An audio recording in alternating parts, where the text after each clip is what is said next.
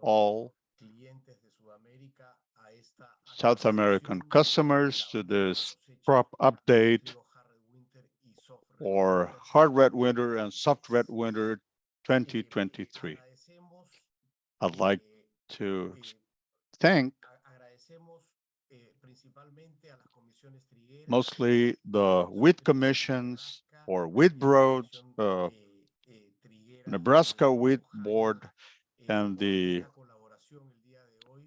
Ohio Maize and Wheat Board or Corn and Wheat Board for this preliminary presentation on hard red winter and soft red winter. Thank you to the Santiago staff for all the effort that was made for putting together this virtual meeting. By reviewing the program, we're going to have first the presentation by Royce Shaneman, the Executive Director of Nebraska Wheat Board, who's going to talk about hard red winter crop quality report in the U.S.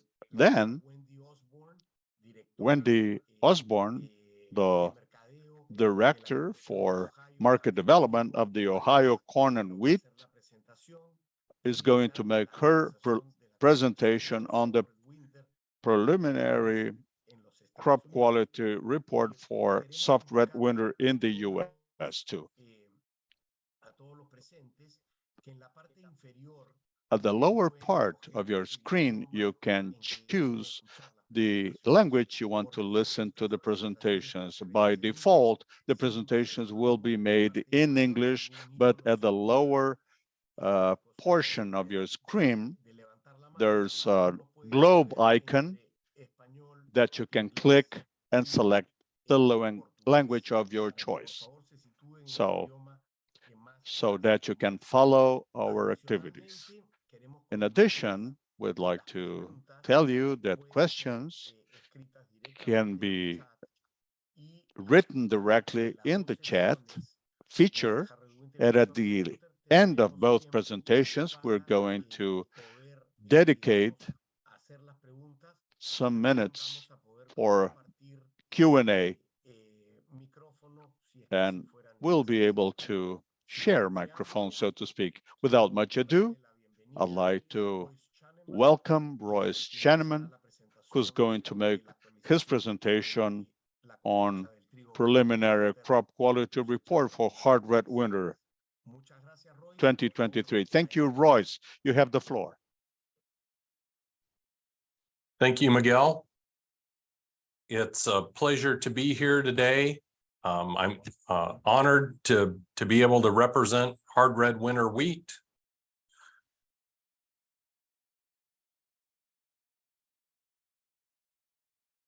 Is the presentation displaying correctly? Yes. Okay. But it's not full screen yet.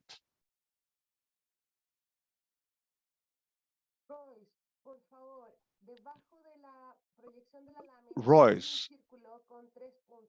Yes. There's a little circle with 3 dots there. Can you click on it, please? You're going to have the option of full screen.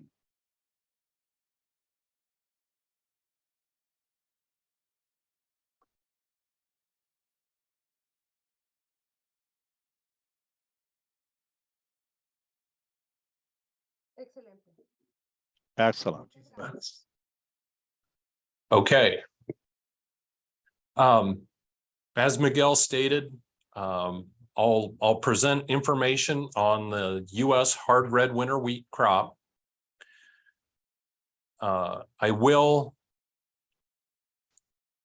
Most of the information will be regarding the Southern Plains area, which is the dark green area. As you can see on the map, all the white dots are where hard red winter wheat is grown. So through the plain states in the middle of the country, north into Montana and the Pacific Northwest. And you can see the two major export regions. The PNW tributary and the Gulf tributary. Again, most of my comments will be regarding this Gulf tributary region, because I believe that's where the majority of the hard red winter going into South America could come through this region. I do realize there could be some out of the Pacific Northwest. But that area is in the middle of harvest right now. And there's a little more limited information out of that region.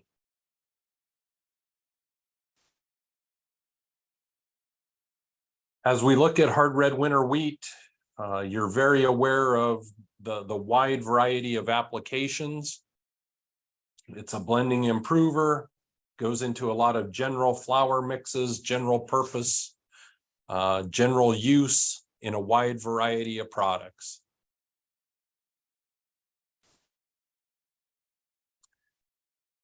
And before I get into more of the data and the information about the crop, I wanted to make you aware of all the testing that goes in, research and testing that goes into the U.S. wheat crop. We work very closely with wheat breeders from our public universities and private industry, and try to develop wheats that work for the producer, work for the miller, and work for the baker.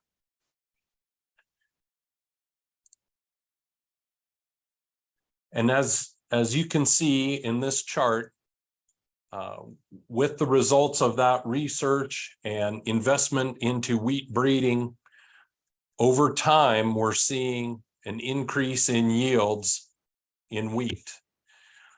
Even though we have a lot of different climatic conditions that have an effect on the crop, whether it's drought, too much rain, you're seeing a steady increase in yield over time.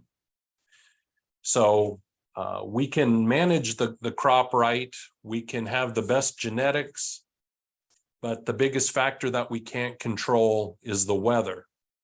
But even with different weather conditions, we're gradually seeing better yields, and we'll also be seeing more consistent, better quality in the crop going forward. The quality testing works hand in hand with all the research. You know, hard red winter wheat has to work for the miller and the baker and the producer.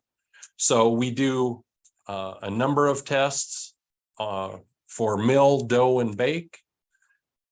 And if a variety doesn't meet certain standards, that variety is eliminated. So only the varieties that produce a quality loaf of bread move forward into the breeding program. And then those are the varieties that producers have available and can grow to provide the wheat you need.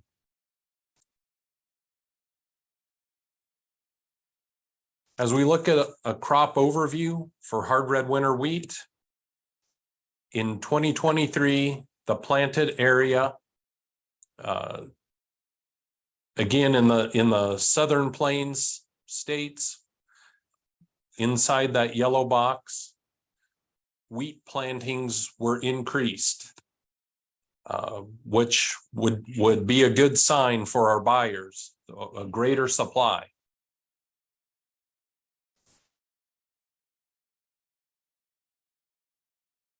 As we look at overall hard red winter wheat production in the U.S., you can see that we're on a trend of lower production over time, a long downward trend in production. However, for 2023, we did see a slight increase in planted acres.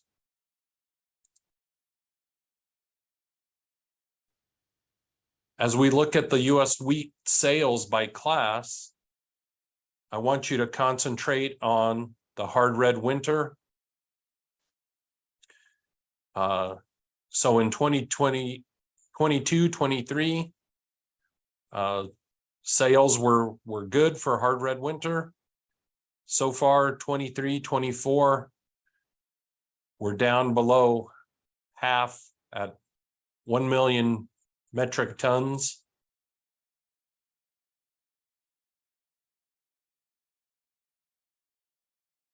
The top importers of hard red winter wheat. A number of our top importers are on the call today and we do appreciate your business, your confidence in U.S. wheat.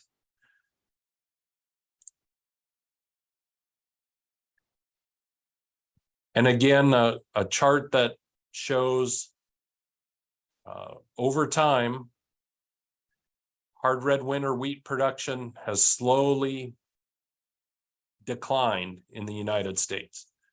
And that's due to a number of factors. Our farm programs, individual producer choices, the price of the commodities have a big influence on what producers plant. But we've had a downward trend in production over time.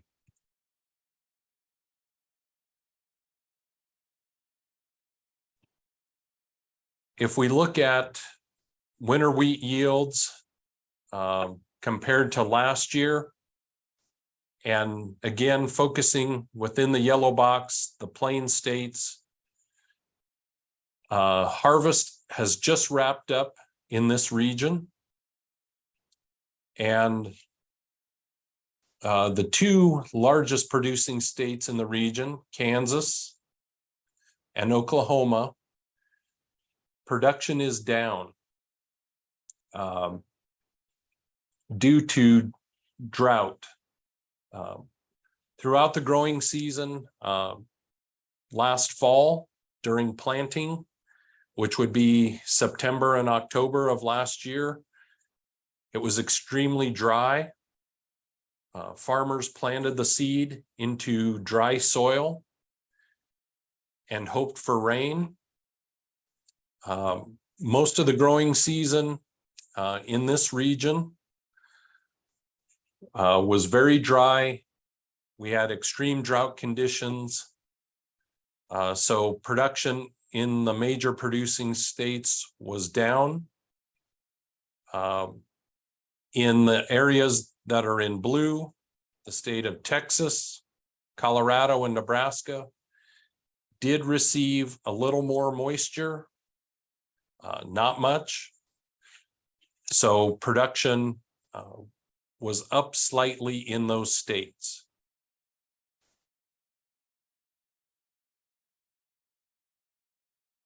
As we look at the major hard winter wheat growing regions, again, inside the yellow box, the Southern Plains, the hard red winter wheat growing region is the dark green. And with the red bars across the top, that means it was in drought conditions. That whole area was in drought, and this is of January of 23. So most of the hard red winter wheat growing region was in drought conditions.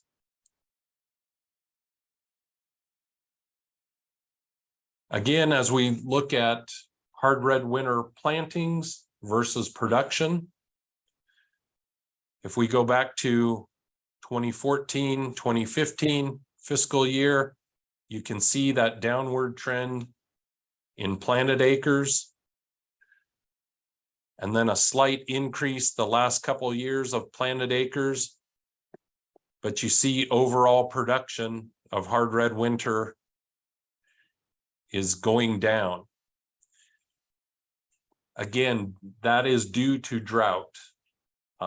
In 22-23, we had severe drought in the Pacific Northwest growing region.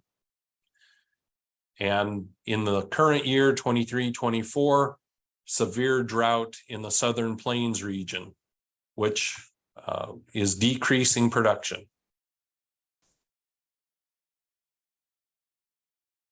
As we look at hard red winter wheat stocks, the first set of bars, you can see the stocks are very tight. This is the lowest amount of stocks we've had in the US in the last 10 years.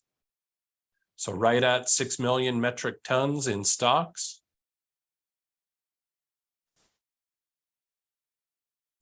And then if we look at stocks and production and our exports, the beginning stocks are the blue lines.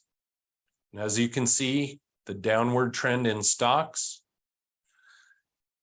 That's partially due to production being down, so we're utilizing more of the wheat that was in storage. The green bars are production. As you can see, downward trend in production, which would correlate with the red line of exports being down. As those supplies tighten, price typically goes up. The dollar has remained strong. So there's a number of factors that have been tightening the hard red winter wheat supply and demand.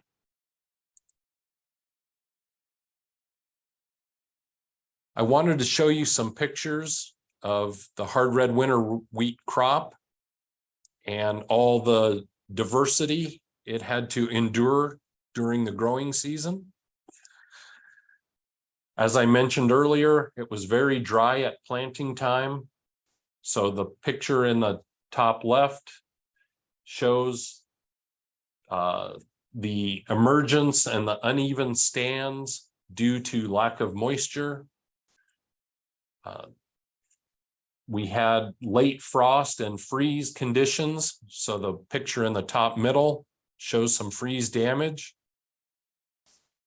The picture on the top right shows the dry drought conditions. You can tell the wheat is very short. It's not very full, not a lot of growth or development. And you can see the cracked soil being dry and in desperate need of moisture. Then we also had other regions where they received too much rain, and late season storms had hail. I know that picture is a little tough to see, but that's a field that was damaged by hail.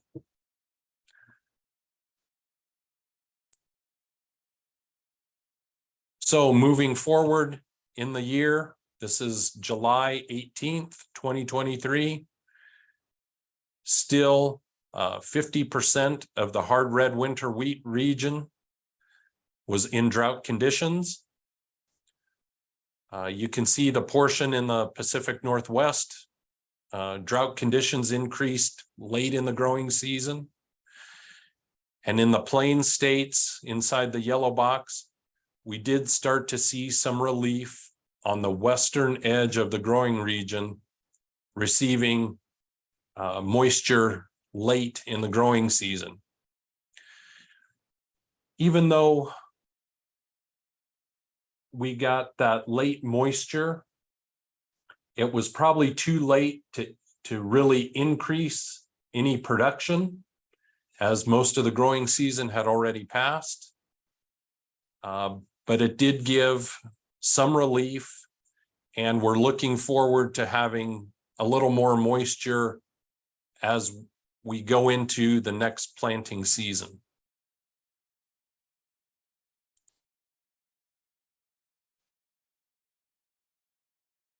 The growing region is so large that there were pockets of poor production, but then there were also some pockets of excellent production and a wide variety in between. These pictures are of some fields in Nebraska. This is late, or I should say, it's probably at the farthest point of the growing region where we will pull wheat out of the Gulf, that gets shipped out of the Gulf.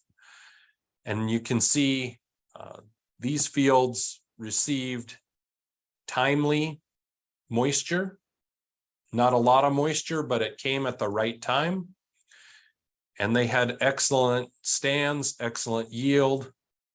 So like I mentioned earlier, there was good, there was bad, and a lot in between.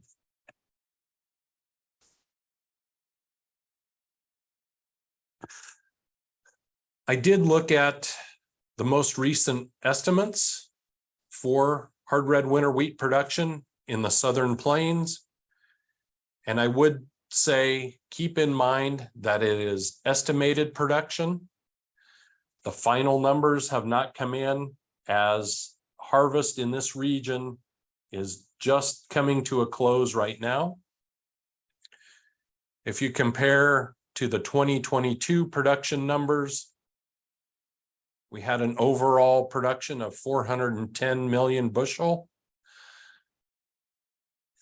Even though we've had the drought conditions, and I explained everything that went wrong during the year in terms of weather, with the estimates, most recent harvest estimates were showing 442 million bushel could be produced in that region this year. So it would be slightly higher than last year. Please keep in mind that these are estimates. We will have better numbers within the next 2 or 3 weeks.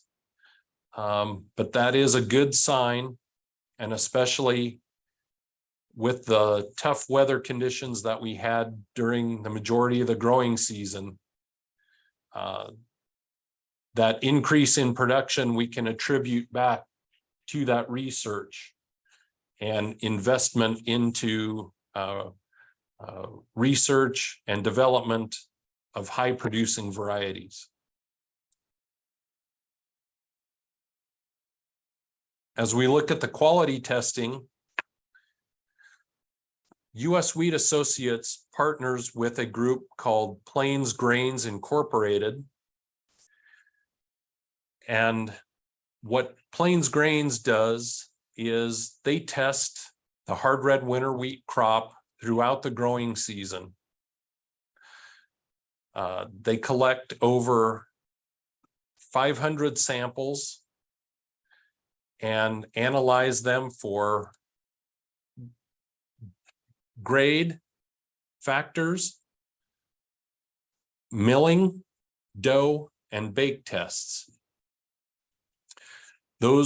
All that information is shared with U.S. Wheat Associates, and that is the information that they present at crop quality seminars and utilize for buyers as yourselves to show the quality of the crop. As we look at the area, the hard red winter wheat growing area, PGI breaks these out into grain sheds. So it's the flow of grain within an area. The red line indicates The export areas, anything below the red line tends to flow out of the Gulf. Anything above the red line flows out of the Pacific Northwest.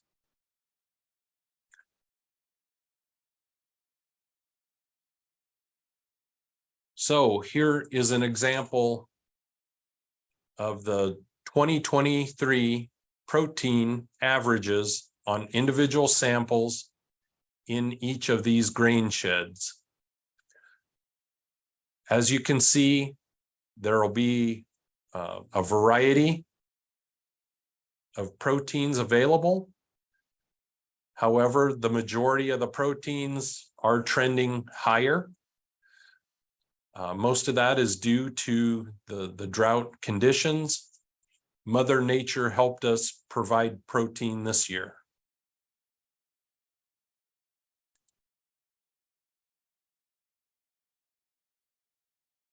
The Plains Grains group, as I mentioned, they look at grade factors, flour characteristics, dough characteristics, and baking. Plains Grains does have a interactive dashboard available for buyers that has historical information. So in the picture on the screen, you can choose a grain shed area. This one is for, it says loaf volume, and you can click on an individual grain shed and it will show you historic averages for that characteristic. You can also go in and select up to 32 different characteristics, set your preferences, a range of preferences, and it will show you on a map where you could find grain that meets those quality characteristics. If you're interested in utilizing that dashboard, please contact Plains Grains at their email, or you can visit the Plains Grains website for more information. To access the dashboard, it is password protected, so we ask people to register with us, and we provide the password, and it's free to use and updated frequently with the most accurate information.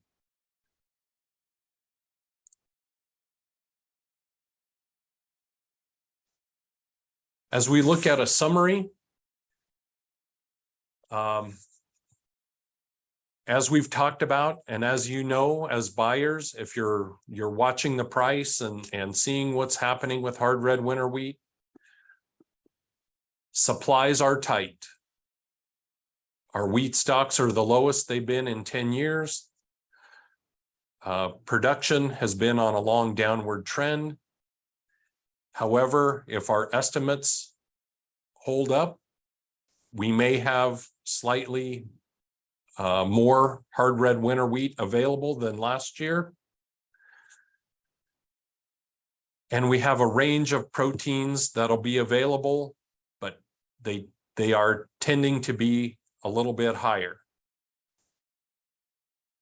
Test weights and falling number are slightly lower than last year. Kernel size is something you need to be aware of. With the extended drought, we tend to see smaller kernels. And then hardness may vary. So maybe some of the regions that got good precipitation late, maybe those kernels aren't quite as hard, but in the areas where it was drought conditions, those kernels will tend to be harder. Regarding milling characteristics, They are trending lower than last year's extraction rates. And so far in the early baking tests, the dough strength looks similar to last year. And the wet gluten is comparable to last year.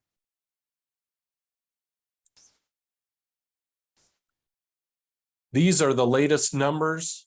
So the number of tests that have come in and started the first phase of testing, we had 319 samples.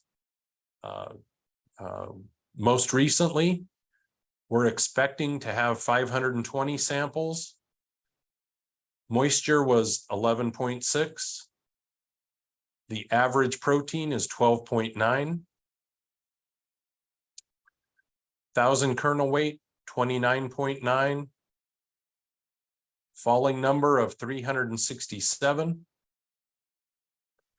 Test weights of 59.8. And total defects of 1.6. So this is the latest information we have on the samples that have been collected. So falling numbers are good. Test weights are right on average. Protein a little bit higher. So, that's kind of what you can expect to see out of the crop so far. I would say this information is still somewhat early in the testing. We're a little bit over half the samples have come in. The mill, dough, and bake tests, we'll start to see results being published maybe within the next week. So with that, I would like to say thank you for having me. Much like your businesses, farming is a family business. The picture here shows 4 generations of wheat farmers in Nebraska. And we grow wheat for your family and ours. If it doesn't work for you, it doesn't work for us. We need you to be successful for us to be successful. The last thing I would say about the crop is if you're making purchases, make them early and make them often. If you make them early, you have a much wider variety of wheat to choose from. We'll have the greatest amount of supply now. So if you've got very specific characteristics you're looking for, work with the office in Santiago.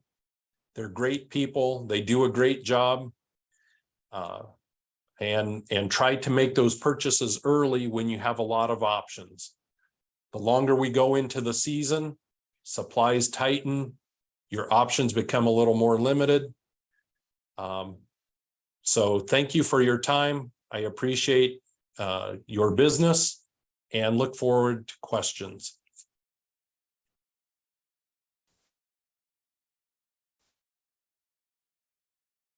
Muchas gracias. Thank you so much, Royce, for your excellent presentation. Thank you so much again for taking the time and sharing this valuable information with all our customers in this region.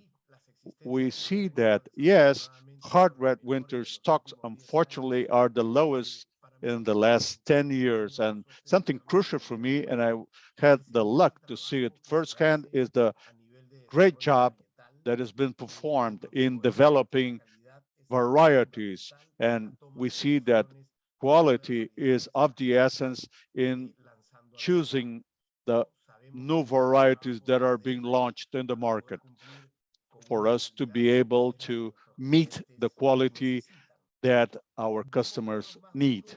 We see harder kernels, we see higher protein content and lower test weights compared to last year's.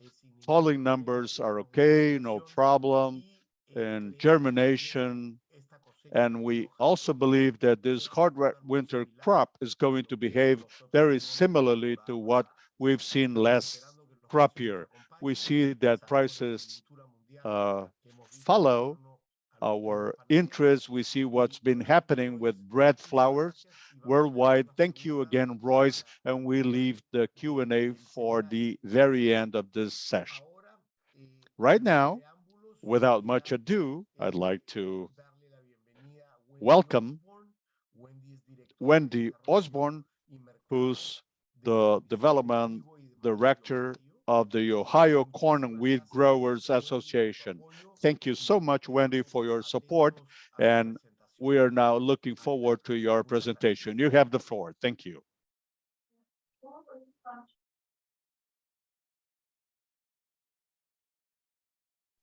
Great. Can you see my presentation okay? Perfecto, la vemos perfecto y te escuchamos muy bien. Perfectly, yes, and we can hear you loud and clear. Great. I'm Wendy Osborne. I'm the Director of Market Development for Ohio Corn and Wheat, and I'll be providing you an update on soft red winter wheat as we just finished harvest. It's going to be a much different story than Royce had on this hard red winter wheat, just because the weather patterns have been so different in this part of the United States.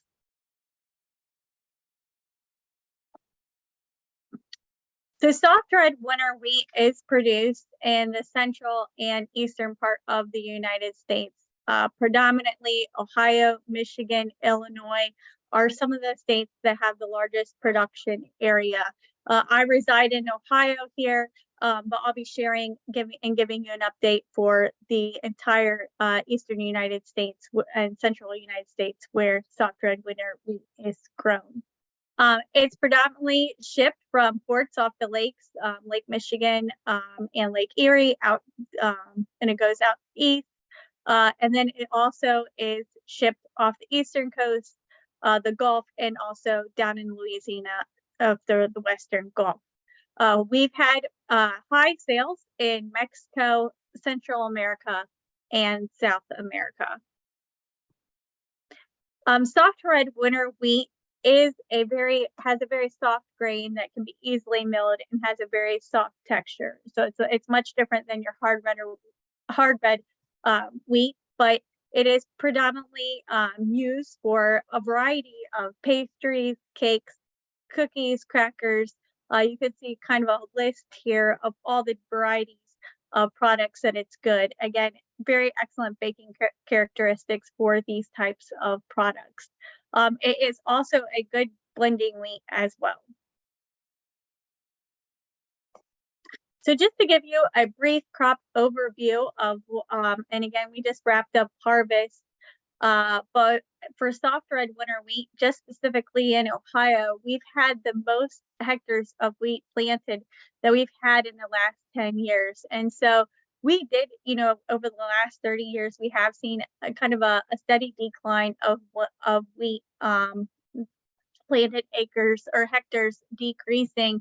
But in the last few years, because we've had really good prices and we've seen really good increase in production and quality, more farmers are choosing to plant soft red winter wheat. And so again, we've had the most planted hectares that we've had in the last 10 years just here in Ohio, and most other states are kind of following that same outline. Ohio is expected to have a yield of 5.2 metric tons per hectare. Again, we've seen just a very high increase in yield over the last several years due to better genetics, better farming practices. A lot of research has been done, and so we're seeing great strides made on soft red winter wheat. That increase in production for farmers and increase in price is making it more profitable. And so farmers are more inclined now to produce more, which should help with some of the supply shortages that we've had overall in the United States. Soft red winter wheat is kind of filling that gap.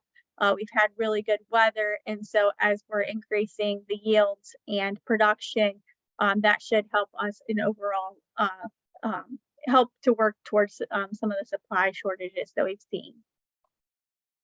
Soft red winter wheat, U.S. production, according to last USDA WASDE report in July, estimates us having about 9.17 million metric tons. Again, soft red winter wheat is the third largest class of wheat grown here in the United States. And so again, hopefully we're going to have a pretty good supply relative to where we've been over the last few years. Soft red winter wheat is typically planted in September to November. And so we'll be getting ready to plant also starting in the Texas area, the southern part in September. Again, have pretty good growing conditions that we do expect for the next year. But September to November is planting, and then harvest is typically May through July. And so in May, they started in the southernmost part of the United States, and we just wrapped up towards the end of July with Ohio and Michigan in the northern part of the United States with the wheat being harvested. So again, harvest is completed for the 2023 crop year. As you can see in this picture, that is what the wheat typically look like. At least I can speak to all of Ohio. Really good, looked really good during the growing conditions, and during harvest, it matured really nicely. So in the soft red winter states where it was grown, we had really good growing conditions. We had a really mild winter. Didn't have a lot of freeze or snow in that northern part of the United States that we typically maybe would. We had plentiful rain in the winter and spring. And so as you can see in the picture, this is the most recent picture of our crop here taken in July, and really good. A lot of the fields looked similar to this. So we've been getting plentiful rain and good sunshine here in these this part of the United States.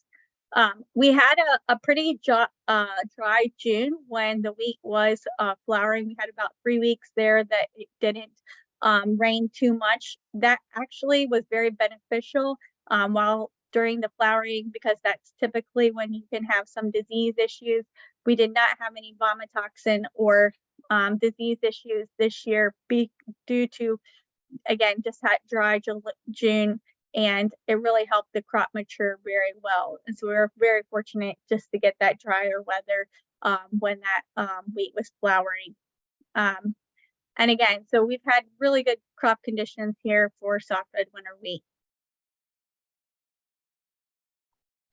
So as we talk a little bit about the crop quality, the lab has received and graded all samples since our harvest has been wrapped up. So you can see the tested samples to the left-hand side, and then the numbers. And so the final average grain is US number 1. And so we had test weight was very similar to last year, maybe a little slightly higher. Falling number was at 318, which was better than the 5-year average. And then our final protein is slightly lower at 9.2% compared to our 5-year average at 9.5%. Soft red winter wheat typically does have lower protein levels and less gluten strengths. We do like that number to at least be at the 9%, but it has a really soft endosperm and red bran. Again, optimal protein level for soft red winter wheat is above the 9% or at the 9% range. The lower protein levels make a good choice for softer baked products such as cookies and crackers. But it was slightly lower than in years past, just due to the high yields. And so that's one area I think that we want to continue to make improvement on as we're getting more of a supply, higher yields, is just to make sure that our quality stays relatively the same or improves, especially on that protein level. And again, you can see that moisture was at 13.5, and where we were, that's slightly higher than what we were last year, but lower than the 5-year average. We do have the results as far as soft red winter wheat flour data. The composite flour data results so far suggest milling yield and flour ash are similar to last year's crop. Compared to the 5-year average, flour protein, wet gluten, and flour ash are slightly lower this year. And the cookie spread factor, diameter and height, the average is 9.9 compared to our 5-year average of 8.9. There is my contact information. I look forward to your questions. In conclusion, we've had a really good quality crop. We are seeing, the last few years, more farmers planting soft red winter wheat, and we hope to have a good supply. I do expect, talking with most farmers here in Ohio, that they're probably going to increase their acres planted for the following year since they had such a good crop this year. They're looking forward to planting more acres next year. And so we hope to have even more supply the next few years of soft red winter wheat. Thank you. Muchísimas gracias, Wendy. Thank you so much, Wendy, for your excellent presentation